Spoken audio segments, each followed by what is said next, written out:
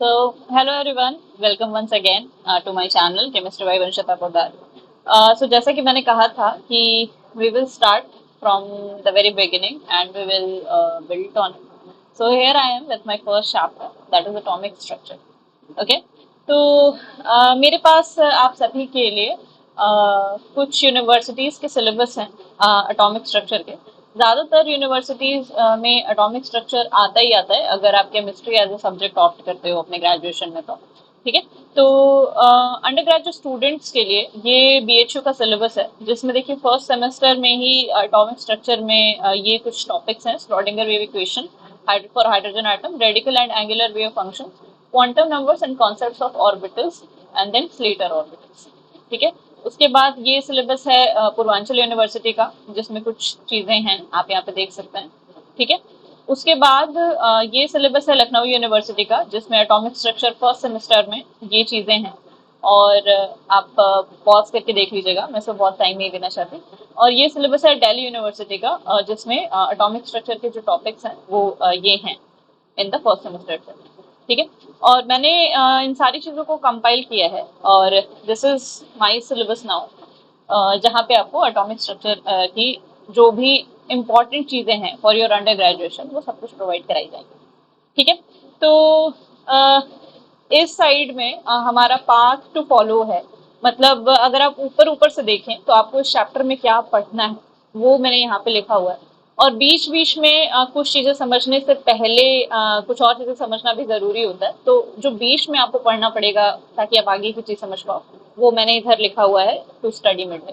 ठीक है, तो सबसे पहले चैप्टर के इनिशियल्स में हम लोग स्टार्ट करेंगे इंट्रोडक्शन से, इंट्रोडक्शन टू केमिस्ट्री, केमिस्ट्री होती क्या है, ठीक है, इसमें हम क्या पढ़ रहे हैं, क्यों पढ़ रहे हैं। और उसके बाद हम थोड़ा सा एलिमेंट्स और कंपाउंड्स के बारे में जानेंगे और एटम्स और मॉलिक्यूल्स के बारे में जानेंगे। ठीक है, देखिए ऐसा है कि मैं जानती हूँ कि बहुत बेसिक बातें हैं और आपको पता ही होंगी अगर आप अंडर ग्रेजुएशन में हैं अपने। लेकिन मैंने देखा है कि बहुत बड़े बड़े लोग भी एटम्स और मॉलिक्यूल्स की, एलिमेंट्स और कंपाउंड्स की क्लियर डेफिनेशन अब तक भी नहीं जानते। तो क्योंकि एटम और कंपाउंड और एलिमेंट्स, मॉलिक्यूल्स, यही सब चीजें बिल्ड करके मैटर बना रही हैं, तो ये बहुत जरूरी है कि हम अपना आधार मजबूत कर लें पहले और फिर उस पर आगे बढ़े। तो it's just to make sure कि आप डेफिनेशन और डिफरेंसेस में क्लियर हो जाए, इसलिए ये टॉपिक्स मैंने यहाँ रखे। उसके बाद सब एटॉमिक पार्टिकल्स क्या होते हैं, उनकी थोड़ी बहुत प्रॉपर्टीज पे चर्चा होगी।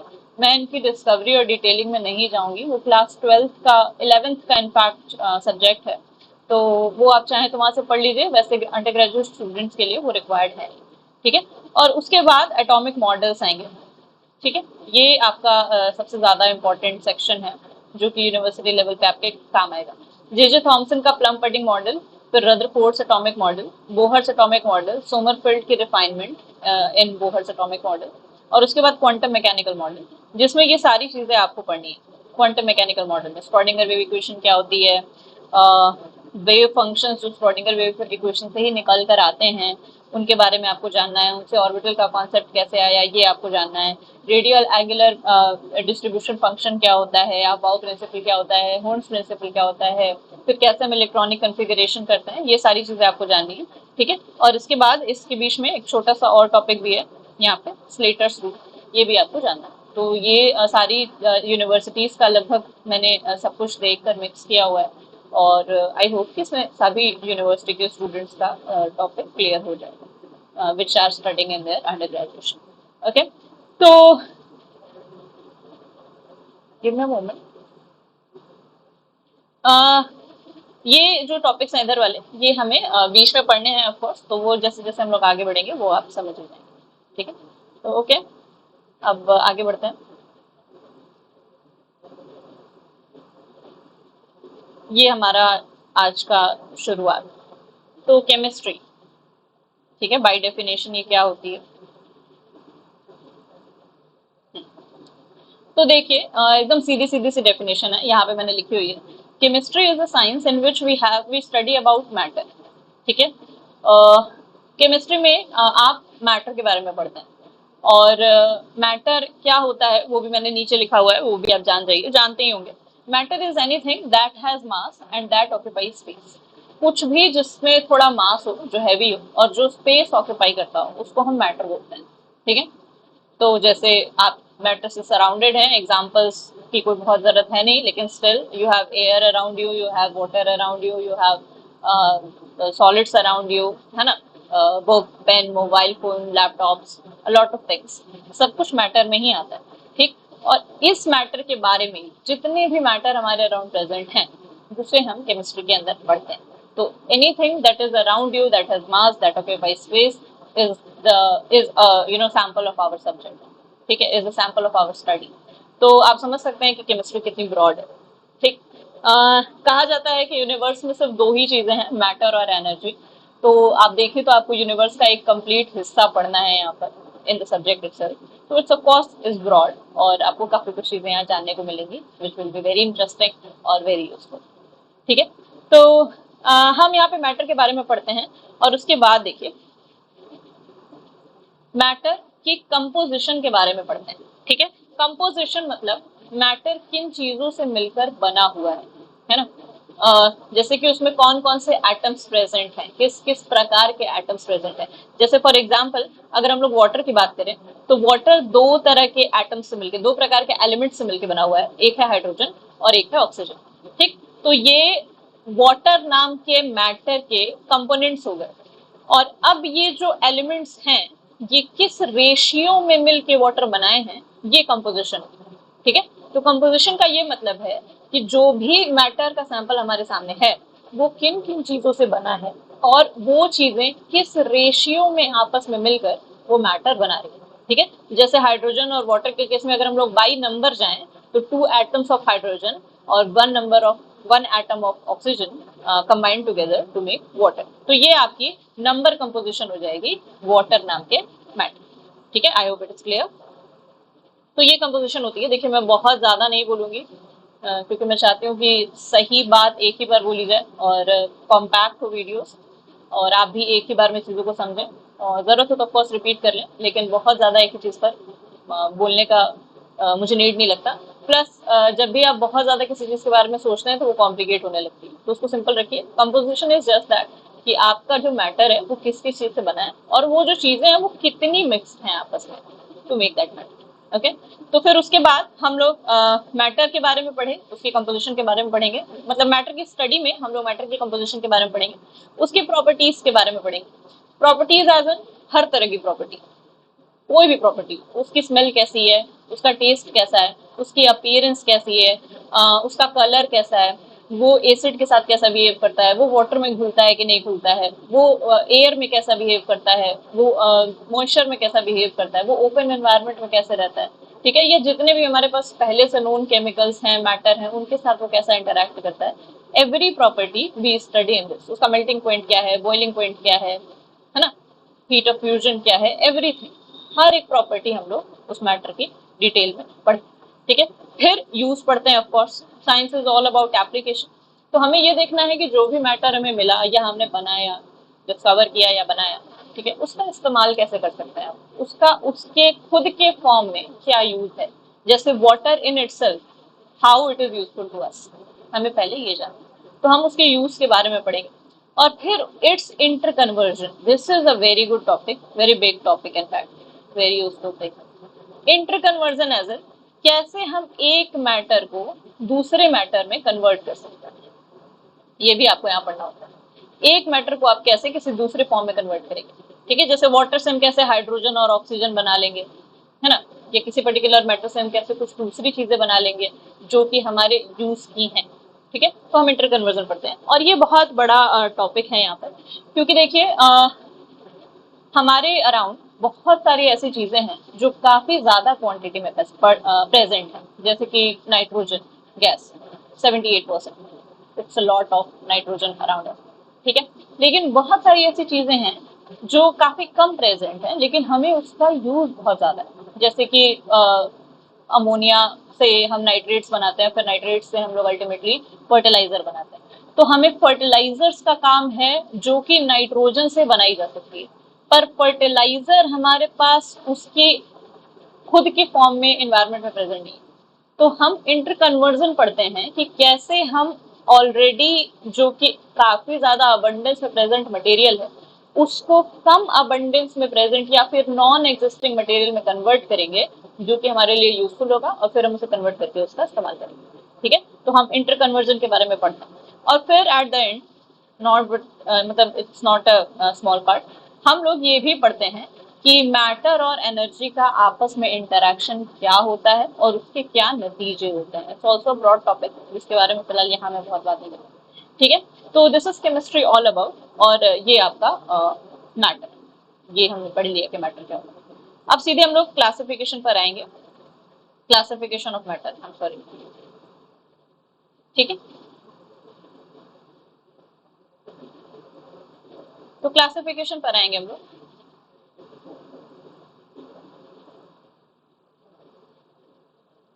आई एम सॉरी, या तो मैटर का जो क्लासिफिकेशन है वो दो तरह से किया जाता है। ठीक है, ये आपने 9th में पढ़ा होगा। तो एक क्लासिफिकेशन है फिजिकल और दूसरा क्लासिफिकेशन है केमिकल। ठीक है, मैं बहुत ज्यादा डीप नहीं जाऊंगी डिफरेंसेस में। देखिए, चीजों का क्लासिफिकेशन हम कई प्रकार से कर सकते हैं। तो ये भी दो अलग अलग आधार हैं जिसके बेस पे आपने कंप्लीट जितना भी मैटर हमारे अराउंड प्रेजेंट है उसे हमने डिवाइड कर दिया। तो फिजिकल क्लासिफिकेशन ऑफ मैटर में हम मैटर को मेजरली 5 टाइप में बांटते हैं, जो आपने पढ़ रखा होगा। इसकी डिटेल्स में मैं नहीं जाऊंगी। पहला टाइप है सॉलिड, दूसरा टाइप है लिक्विड, तीसरा टाइप है गैस, फिर चौथा टाइप है प्लाज्मा, और पांचवा टाइप है बोस आइंस्टीन कंडेंसेट, है ना। तो ये मैटर की अपीयरेंस, उसके मैक्रोस्कोपिक अपीयरेंस के आधार पर ये क्लासिफिकेशन किया गया है, फिजिकल क्लासिफिकेशन। ठीक, और केमिकल क्लासिफिकेशन की मैं बात करूं तो ये थोड़ा सा मुझे डिटेल में बताना है आपको कि केमिकल क्लासिफिकेशन कैसे किया गया है मैटर का, और यहीं से हम लोग अपने चैप्टर पर प्रोसीड कर पाएंगे। ठीक है, तो केमिकल क्लासिफिकेशन हम लोग अलग से ले लेते हैं। तो यहाँ देखिए केमिकल क्लासिफिकेशन।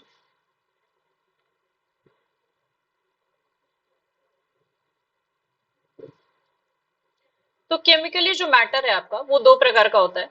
आपने ये 9th में पढ़ा होगा। उस टाइम शायद हमें रियलाइज नहीं होता है कि सब चीजें कितनी इंपॉर्टेंट है, लेकिन सब कुछ कनेक्टेड है एक्चुअली। प्योर सब्सटेंस और मिक्सचर, ये दो प्रकार का मैटर है according to the chemical classification of matter. ठीक है, a pure substance is something which is made up of single kind of particle, single kind of particles. Pure substance एक ऐसा मैटर है जो कि सिंगल काइंड ऑफ पार्टिकल से मिलकर बना हो, और ये पार्टिकल दो तरह के होते हैं, या तो ये पार्टिकल एटम्स होंगे या तो ये पार्टिकल्स मॉलिक्यूल्स होंगे। इन दोनों में से किसी एक प्रकार के पार्टिकल्स से मिलकर आयंस भी हो सकते हैं। ठीक है, इन दोनों में से किसी एक प्रकार के पार्टिकल से मिलकर आपका प्योर सब्सटेंस बना होता है। इन तीनों में से कोई, या तो वो एटम से मिलकर बना होगा, या आयन से मिलकर बना होगा, या मॉलिक्यूल से मिलकर बना होगा, लेकिन वो पार्टिकल सिंगल टाइप के होंगे। मैं थोड़ा इसे एक्सप्लेन करती हूँ। जैसे सपोज आपके पास कोई वाटर टैंक है, तो वाटर, हमें मालूम है कि वाटर का जो फॉर्मूला है वो H2O होता है।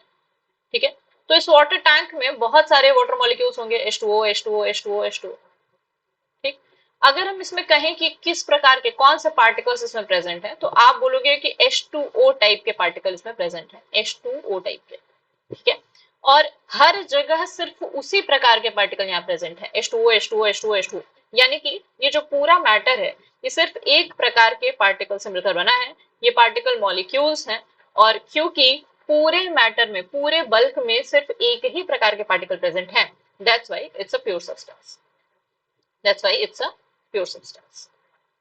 अब कंसीडर कीजिए कि इसी पानी में आपने नमक डाल दिया, शरबत बना रहे हैं। ठीक है, तो कंसीडर करिए कि आप उसी वाटर टैंक में थोड़ा सा नमक भी डाल दें, तो अब यहाँ पर कौन कौन से पार्टिकल्स होंगे, H2O और नमक का बेसिक फॉर्मूला NaC। तो यहाँ पे अब अगर आपसे कोई पूछे कि किस किस प्रकार के पार्टिकल है, कौन कौन से पार्टिकल है, तो आप दो पार्टिकल्स का नाम लोगे। एक आप बोलोगे कि H2O जैसे दिखने वाले पार्टिकल्स हैं, और एक आप बोलोगे कि NaCl जैसे दिखने वाले पार्टिकल।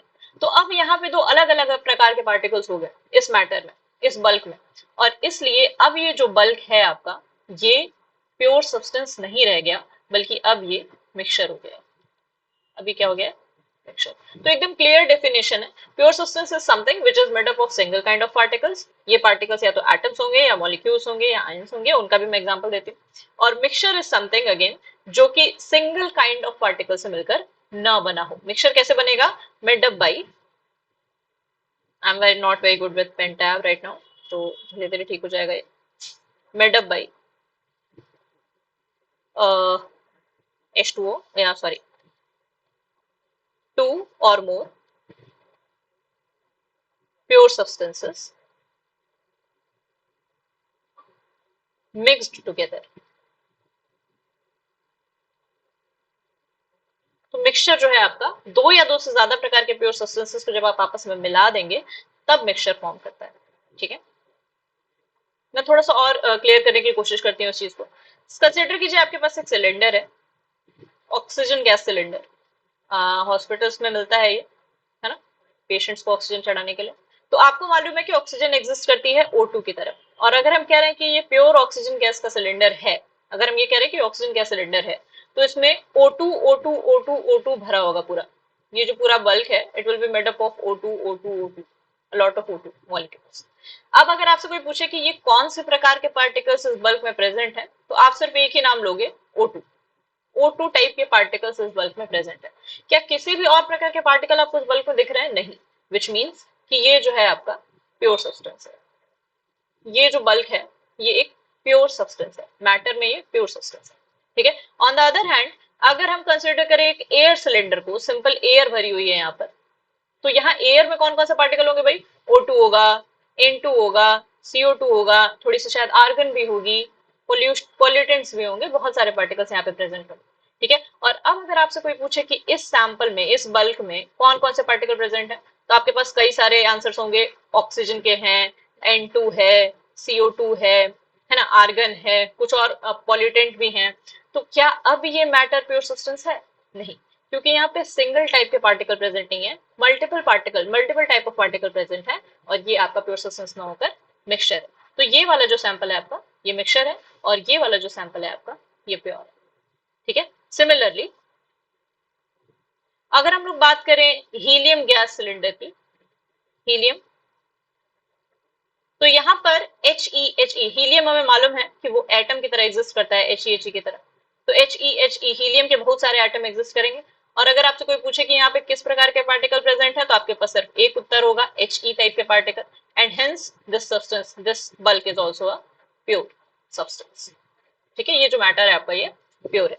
तो एकदम सिंपल सा कॉन्सेप्ट है, अगर पूरे बल्क में सिर्फ एक ही प्रकार के पार्टिकल आपको दिख रहे हैं तो वो आपका प्योर सब्सटेंस होगा। अगर एक से ज्यादा प्रकार के पार्टिकल्स मिक्स हैं तो वो आपका मिक्सचर होगा। ठीक है, मैंने आपको अलग अलग एग्जांपल्स भी दिए हैं। ये देखिए, ये मॉलिक्यूल का एग्जांपल है, प्योर सब्सटेंस जिसमें जो सिंगल टाइप की एंटिटी है वो मॉलिक्यूल के फॉर्म में है। ये प्योर सब्सटेंस जिसमें जो सिंगल टाइप की एंटिटी है वो एटम्स के फॉर्म में है। अगर आयंस की बात करें तो आप एक और कंसिडर कर लीजिए एग्जांपल। देखिए, सपोज करिए हमारे पास ये एक टुकड़ा है नमक का, NaCl NaCl NaCl NaCl।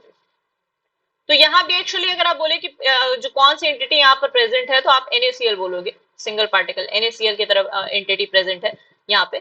तो ये वाला जो मैटर है, ये जो बल्क है आपका, ये भी सिंगल टाइप ऑफ पार्टिकल से मिलकर बना हुआ है, विच इज NaCl इटसेल्फ, और जो अल्टीमेटली Na+ और Cl- से मिलकर बना है। ठीक, तो ये जो बल्क है आपका ये भी एक प्योर सब्सटेंस है, क्योंकि यहाँ पर भी जो इंडिविजुअल एंटिटी है वो सेम टाइप की है सारे, through out the crystal, through out the bulk, और वो NaCl टाइप की है। ठीक है, तो आई होप आपको क्लियर हो गया होगा कि प्योर सब्सटेंस और मिक्सचर में क्या डिफरेंस है। ठीक है, थोड़ा सा डेफिनेशन पे वर्क कर लेते हैं, मैं यहाँ लिख देती हूँ आपके लिए। तो pure substance is something that is made up of single type of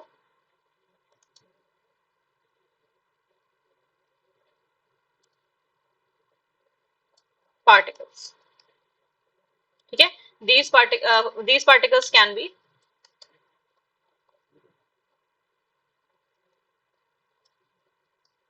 atoms, molecules, ठीक है, और ions।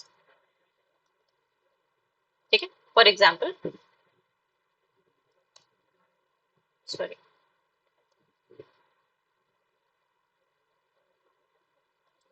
फॉर एग्जाम्पल वाटर, जिसमें सिर्फ H2 होगा, हीलियम, हीलियम गैस, ठीक है, ऑक्सीजन गैस, ठीक है, आयरन रॉड, जिसमें और कुछ भी प्रेजेंट ना हो। अगर मैं आयरन रॉड कह रही हूँ तो आप ये अज्यूम करके चलिएगा कि वहां पे सिर्फ आयरन ही प्रेजेंट है और कुछ भी प्रेजेंट नहीं है, ठीक है, सिर्फ Fe प्रेजेंट है, single type of particles present है, ठीक है, एक्सेट्रा। तो ये आपका डेफिनेशन है प्योर सब्सटेंस का। I hope you get it. थोड़ा बड़ा कर देती हूँ मैं इसे। और सिमिलरली अगर हम लोग मिक्सचर्स की बात करें तो मिक्सचर्स आर समथिंग